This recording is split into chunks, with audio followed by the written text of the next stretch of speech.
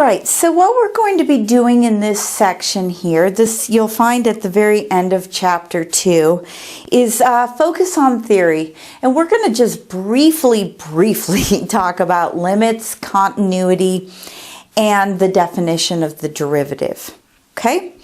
So, in a regular calculus class, we would be spending a lot of time on limits. Here, I think we're going to maybe spend about 5 minutes. But I would like to give you the idea of what's going on. All right, so we're not going to look at these graphs quite yet, or you can look at them, but we're not going to focus on them right now. Recall that when we discussed the average rate of change of a function, so let's talk about the average rate of change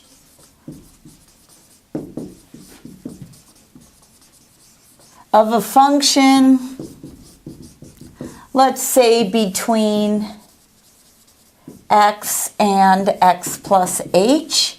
We could compute that. It's the slope of the function between those 2 points. So it's the change in our function values over the change in our x values. And recall that we saw that in our numerator we get f of x plus h minus f of x. Our x's cancel in our denominator and we're simply left with h. Okay? We use that in order to find the average rate of change. Now, let's talk about how we dealt with that then to find our instantaneous rate of change, aka our derivative. Well, what did we do? What we wanted to do was take values closer and closer and closer to x. Okay? In other words, what we wanted to do is as follows. So we took smaller and smaller intervals.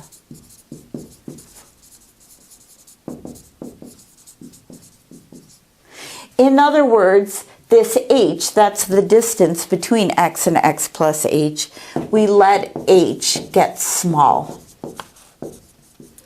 We let h get small, really, until it shrinks to 0.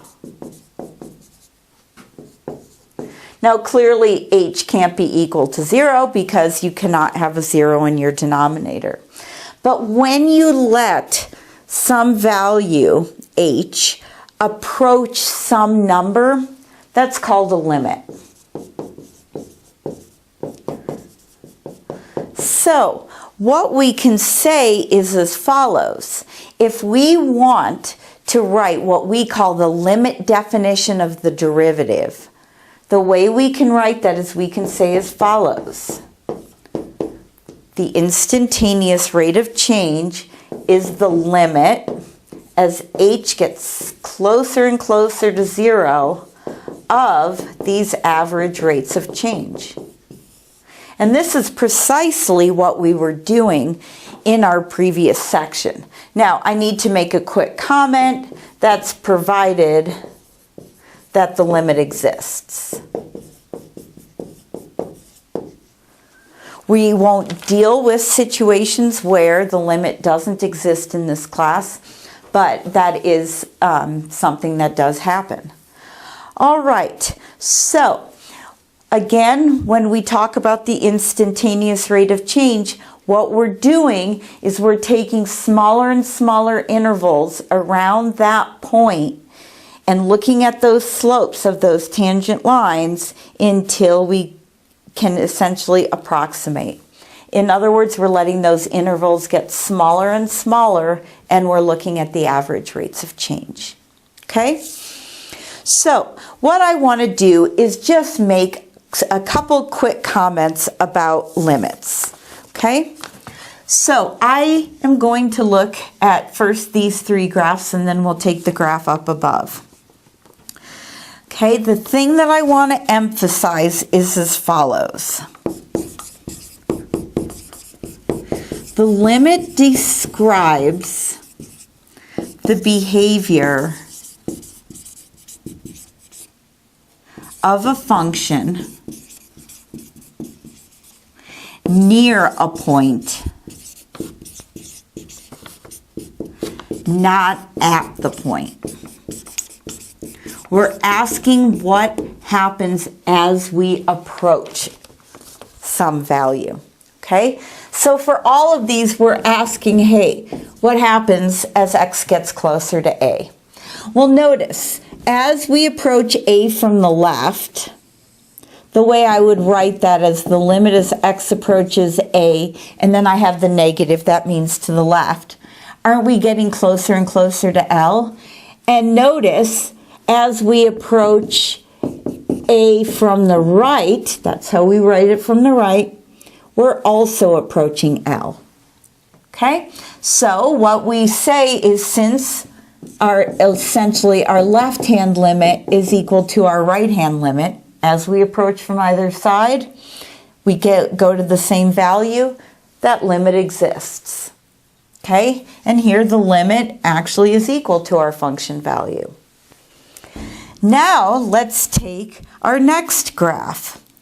As we approach a from the left, our limit, well, we approach L, and that's the exact same value as we approach a from the right. So notice here, my left-hand limit is equal to my right-hand limit. I would say that my limit exists, but notice my function value is not defined there. That's a separate matter we're going to get at momentarily. Okay? My third value here, I claim that the limit here is also this value of L. As I approach a from the left, I go to the same place as I approach a from the right. So here my limit exists, but notice I do have a function value, it just doesn't happen to be my limit. Okay? That's where this moral comes in. The limit describes the behavior of a function near a point, not at the point. Now I claim up here my limit doesn't exist. Why? Because as I approach a from the left, I'm approaching this value of p, whereas as I approach a from the right here, I'm approaching q. So up here, my limit, we say dne does not exist because my left-hand limit is not equal to my right-hand limit. All right, so notice 3 of the 4 graphs had limits existing, but they were very different graphs. So what I want to do right now is talk about something called continuity. And in one of the previous sections, I kind of mentioned it, saying, well, loosely put, when we talk about continuity, it means that you can draw your graph without having to lift up your pencil or your pen. But let's actually make this formal and mathematically precise. So, formally speaking, what we would say is a function is continuous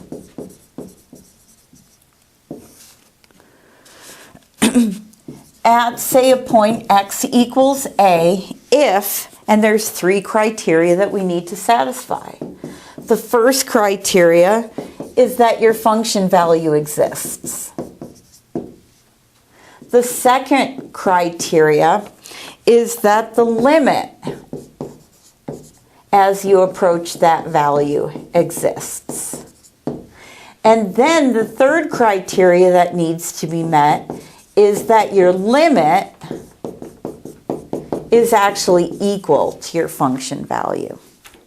Okay? So we can look at each of these graphs, and just by looking at them, we can know that they're whether they're continuous or not. But let's actually go through each one of these. Okay? This graph, we know in our minds, that this is a continuous graph.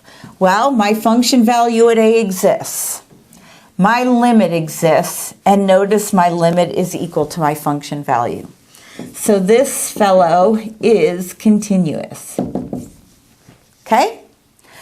This one we can look at and say no. I mean, clearly we draw our graph. Oh, we got to lift up our pen, and then we can continue drawing our graph. But let's see which one of those 3 criteria we have an issue with. I claim the first one. My function value doesn't exist. I've got my limit, and clearly then 3 can't be satisfied either. So this one goes against criteria number 1. Now let's look at this guy. Well, does my function value at a exist? Sure does. Does my limit exist? No. So this one goes against criteria number 2. And lastly, we have this graph. Okay? Let's go through these. Does my function value exist? Sure does. Does my limit exist? Sure does. My left-hand limit equals my right-hand limit. But this one goes against criteria number 3 precisely because my limit is not equal to my function value. All right, so what we're going to really be doing for the remainder of this section is let's go through a couple of examples of playing with the limit definition of the derivative. Okay, this is not a very eco-friendly way, if you will, of computing derivatives. But number one, it's good for your algebra brain to go through a few of these. And number two, it sure will make you appreciate the shortcuts that we learn in our next chapter, in chapter 3. So let us suppose we have our function f of x equals x squared plus 4. And what I want us to do is use the limit definition of the derivative to find the derivative of this function. Okay? We're going to go through, let's just go through about 3 examples here. Okay? Well, in order to compute this, I need to know what f of x plus h is. So, since f of x is x squared plus 4, we can do some side work over here and say that f of x plus h, well, is x plus h squared plus 4. We can multiply that out to get x squared plus 2xh plus h squared plus 4. And now I claim we can actually use our limit definition. What do we get? We have the limit as h approaches 0 of f of x plus h, which we just found. Not very pretty right now. So we have x squared plus 2xh plus h squared plus 4. Now, what does the next part of our limit definition of our derivative tell us to do? It tells us to subtract off our function. Notice my parentheses because I'm subtracting off my entire function. All right, well, my next step here is to get rid of our parentheses and distribute the negative sign. So we get x squared plus 2xh plus h squared plus 4 minus x squared minus 4 all over h. All right, well, let's look at what happens. Check this out. My x squareds cancel and my 4's cancel. So I'm left with the limit as h approaches 0. I have 2xh plus h squared, and that's all over h. All right, well, look at this. We can factor an h out of our numerator. You might wonder why. You won't be wondering for very long. We've got the limit as h approaches 0. We can pull out an h, and we're left with 2x plus h over h. Why is that cool? You can cancel those h's. So we have the limit as h approaches 0 of 2x plus h. All right, now we know that this is a continuous function. It's a line. And that we also know that the limit is actually equal to our function value. Because that's the case, we could technically just plug in h equals 0. But I think you'll grant me as this goes to 0, this goes to 2x. Okay? So, let me show you right quick. If I have this function, what we have is a formula so that we can find the derivative at every value of that function. Now, for example, just going to pick 3 values. I think you'll grant me that f prime of 3 is 6. F prime of negative 1 is negative 2. and f prime of 0. Well, you plug 0 in here, you get 0. Now you might wonder, why did I show that? Well, I just want you to see how consistent everything is, which is, we expect nothing less in our mathematics. But we know that the graph of this function is a parabola shifted up 4 units. So we already know that our graph looks something like this. Okay? And if I take my value of 3, notice I have a pretty steep tangent line. Notice my slope is pretty steep. It's positive. Notice at -1, I have a negative slope. There we are. And notice at 0, this is where it's changing from decreasing to increasing. So it's entirely consistent that our derivative is actually equal to 0. All right. Now let's take a different function. Now let's take f of x to be 1 over x. Okay? And we want to compute the derivative of this. Ooh, let me back up just 1 second. Check this out. What degree is this function? 2. What degree is the derivative? 1. You remember back in section 2.2 how we noticed that the degrees were decreasing by 1? All right. So let's look at this guy. And while I'm on the subject of degree, isn't this degree -1? Because it can be written as x to the -1st power. So what would we expect the degree of our derivative to be? We would expect it to be -2. Well, let's check it out. The derivative is the limit as h approaches 0 of f of x plus h minus f of x all over h.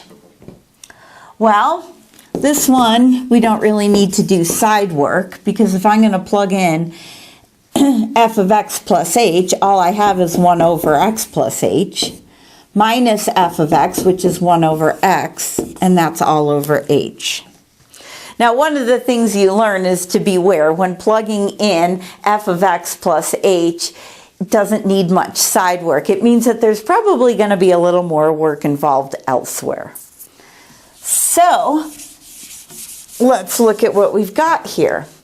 Well, this looks pretty messy. We got a complex fraction. So what I'm going to do is say, well, let's look in my numerator. I have an x and an x plus h.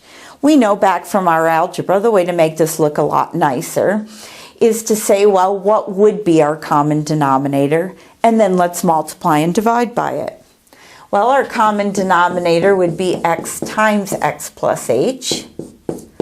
So I'm going to multiply and divide by that.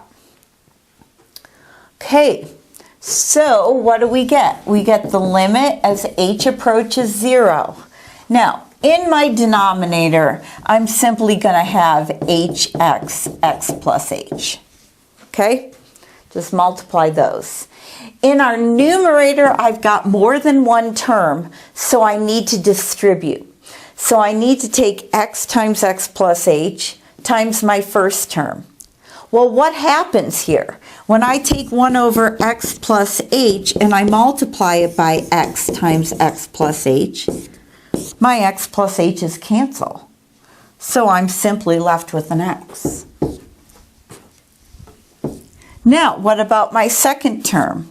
I have 1 over x, and I need to multiply that by x times x plus h.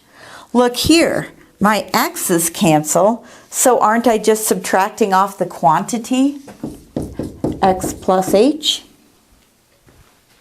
So cute.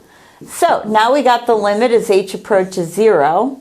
We can distribute our negative sign, x minus h. Don't we have negative h over hx, x plus h? And those h's cancel. So we got the limit as h approaches 0 of -1 over x times x plus h. So now let's take the limit. As h gets closer and closer to 0, I claim this term in parentheses goes to x. In other words, we get negative 1 over x squared. And let's look at that.